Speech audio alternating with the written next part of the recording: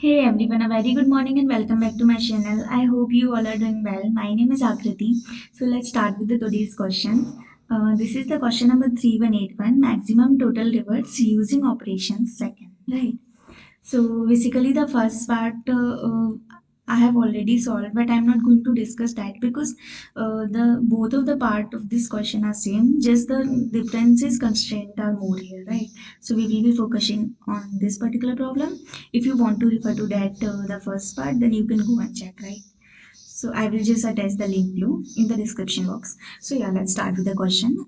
In the question, basically we are given an integer array rewards value of length n, and initially the total reward you have is x, which is 0, right? And all the indexes are unmarked. Now what we can do, we can choose a particular index from the array which is from 0 to n minus 1, and I can just take the rewards of I value in my x if and only if it is greater than the current reward we have, right? So suppose currently I have a reward equal to x. Now I will go to a particular index in my array. I'll check if it is less than my current reward or not, and if it is less than, then I can add that particular value in my reward and I will move on and mark that index, right? And once marked, you cannot just reuse that index, right? So we have to print the maximum total reward, which is possible that we can collect by performing these operations optimally, right? So the very basic approach which we will be going with is DP. As you might have understood, this is a question of DP, right? So just basically, what is the approach? We will simply short our array, which is a reward values, and we will just go one by one because why we are shorting it, because suppose if you are at a particular index I and you are at a particular index I, and the number which is at that index in my array is greater than my current reward, right? Then if this is not possible for us to take that particular number, then it will not be possible for us to take any number which are at a higher index from that index in a shorted array, right? So we cannot take any number greater than that. That's why we are shorting it, so that we need not to check any number greater than that. Okay. So the basic approach is we will just short our array first and we will apply DP. We will go to a particular index. We will check if my current reward is greater than that index or not, greater than the number at that index or not. So if my current reward is less than, only then I will pick up the number from that index and I'll just move to the next index, marking that index, right? Now in this approach, of course it will work, but it will be right around O of n square complexity, which will give you TLE. So how we will solve this question? So the bit masking approach or the bit manipulation we will be using for this question for performing the operations in a vector way, right? So let's just understand with the help of example. Now suppose you are giving this example, which was the example number 2 in the question itself. This is the example number 2 and we are going with this only, right? So suppose this is my example 16432. First of all, I was to just short my array. So this is the shorted version, right? Now I'll just basically what I'm going to do, instead of keeping track of my reward, I'll just keep track of the sums I have got while choosing or while not choosing a particular index, right? So suppose if you are at a particular index, suppose I equals 0, right? Now when you are at a particular index, you have basically two options. Either you will choose that index or you will not choose, right? So I'll just keep track, or I'll just store my sums possible if I'm choosing or if I'm not choosing, and I will store all the possible sums. Okay, so suppose I am at I equals 0, the number here is 1, right? As you can see, now I have two options. Either I will choose one or I will not choose one. Now suppose I will take one, right? So what my sum will become? My sum will become 1, and if I will not take, my sum will become 0, right? Now these were the sums which we have got till first index or the till 0th index, and we will store these many sums uh, in my vector or something, right? Now once I move to the I equal first index. Once I move to the first index, as I have stored the sums which were possible from the previous index, so I'll just go with them, right? So if I'm at I equal 1, now again I have two options, if I will choose the I equal 1 or if I will not choose. So suppose if I'm going to choose, right? Now if you are going to choose, then you have to check if it is possible for you to choose or not, right? Or if it is possible for you to go with that particular sum or not, right? So suppose I am choosing and I have sum equal 1 from my previous indexes as I have stored. So I have currently sum equal 1 and I am going to choose num equal 2. So just check if it is possible for me to choose. Yeah, because my sum was 1 and the number here is greater than 1, right? So I can simply choose. The condition was if your current reward is greater than your number, then you are not going to choose. But here my number is greater than the current reward, or you can say sum. So yeah, I can choose, right? Or I can choose from that case where I have not taken, right? So here sum is 0 and I'm going to choose 2. So of course 2 is greater than 0. Then I can choose in both the cases. So what will be the scenario when I'll take this number? So this is going to be 2 when I will go with the 0 and this is going to be 3 when I will go with the 1, right? Now let's come to the scenario where I'm not going to choose. So if I'm not going to choose, simply my answer will be the sums which we have already stored, which is 0 and 1, right? Now come to the index number 2, which is num equal 3. Now I have to check how many cases I can choose num equal 3, right? So let's start with the not choosing here. Okay, if my sum is 0, then I can choose num equal 3, yeah, because 3 is greater than 0 again. So here I have stored 3. Now if my sum is 1, then I can choose 3 because 3 is greater than 1 again. So here I have got 4. Now if my sum is 2, then also I can choose 3 because 3 is greater than 2. So my sum become 5. Now when it comes to 3 here, now suppose if my sum is 3 and I want to choose num equal 3, then is that possible for me to choose? No, it is not possible, right? Because 3 is equal to 3. So here I am not going to take this particular case, right? Now let's come to not take. When I am not going to take num equal 3, then of course my sum will be the like the previous ones, like 1, 0, 2 and 3. Okay. Now let's come to I equal 3, which is the number equal 4. Now again the same cases I'll see if I can take. So just consider all those sums which was possible from my previous index. I'll consider all the sum and I'll check if it is possible for me to take 4 while considering all those sums, and I'll just store the sum which I have got, and I'll just consider a not take case where I'm not going to take num equal 4. So my sum which were previously stored in my vector will be considered, right? And again, let's come to the last point, which is the num equal 6. And I have done the same thing. I have just check out if it is possible for me to take num equal 6 with the current sums or not. So basically at the end, I have got these many sums, right? Which is 0, 1, 2, 3, 4, 5, 6, 7, 8, 9, 10, and 11. Now, as I have got all the possible sums while taking or while not taking a particular index, which we used to do with the help of DP, right? So I have got all the possible sums. Now, as it was mentioned in the question, we have to just return the maximum possible sum or the maximum possible reward, which is possible for us to collect after taking or not taking the elements from the particular array, right? So you just have to see which is the maximum possible sum we have got out of all possible cases, right? So this is here 11. So 11 is the maximum possible sum which we could got out of the array which was there. So yeah, 11 is going to be my answer, as here you can see 11 was the answer, right? So this is the basic thing which we need to understand. Like this is the approach which we are going to follow. Instead of considering each and every index, I'll just consider my sums possible. I'll consider all the sums which are possible at a particular index, and I will just move on with that particular sum. Now I will check if it is possible for me to go with this sum or not. If it is possible, then yes, I'll go with that sum and I'll just keep on adding, right? And at the end, I'll just return the maximum possible sum which I have got out of all this, right? Now, You cannot make a DP vector because it's going to be of large size, right? So instead of DP, we are going to go with this. We are going to go with the bit manipulation or bit masking. Okay. So here, how will I store my sums which we have got from here, right? All the possible sums at a particular index. How will I store them? So I'll just going to store all the possible sums in my bit mask or in my bit. Okay. So what can be the maximum possible sum? As here also you can see the maximum value of the reverse of 5 is 10 k power 4, 5 into 10 k power 4. So the maximum possible sum will be around 10 k power 5 or 10 k power 6 something, right?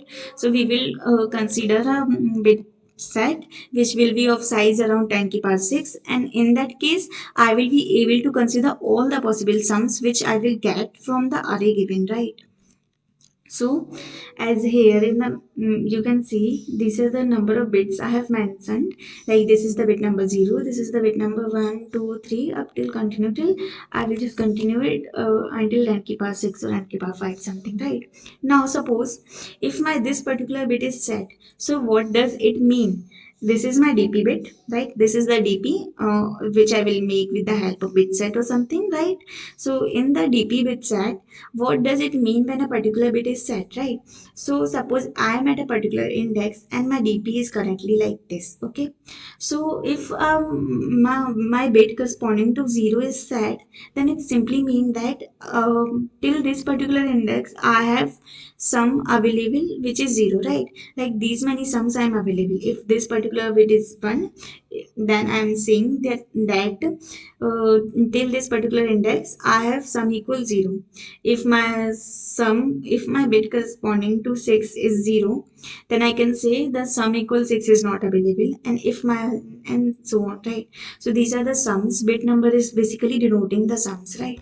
Now in the valid previous, this is something for checking if my current sum is valid for going further or not, right?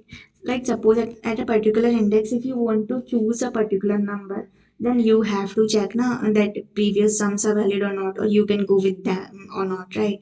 Like if your sum is greater than a particular number, then you cannot go with them, right?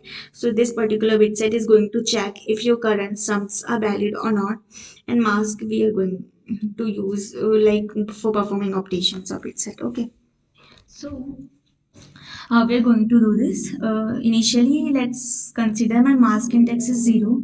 So this is going to be my mask index, right? Now for each number I'll just come, like suppose if I am at a index number 0, which is the number here is 1, right? Now for each number in array I'll just set all the possible sums which are I'll just set bit for all the sums which are corresponding to that bit, and uh, till particular number. Like suppose if you are at num equal 1, right? So how many sums you can go with? If my num equal 1, then definitely I can go with any sum which is less than 1, right? As mentioned in the question, we cannot go with a number which is greater than my current reward, right?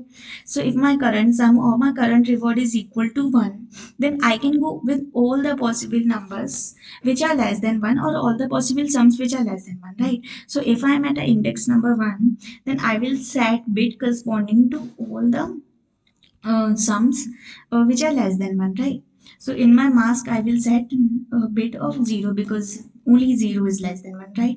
Now I'll check if they are in DP or not, right? Suppose let's take another example. Suppose you are at a number 3, right? So what you have to do, you have to set all the bit in my mask which are less than 3.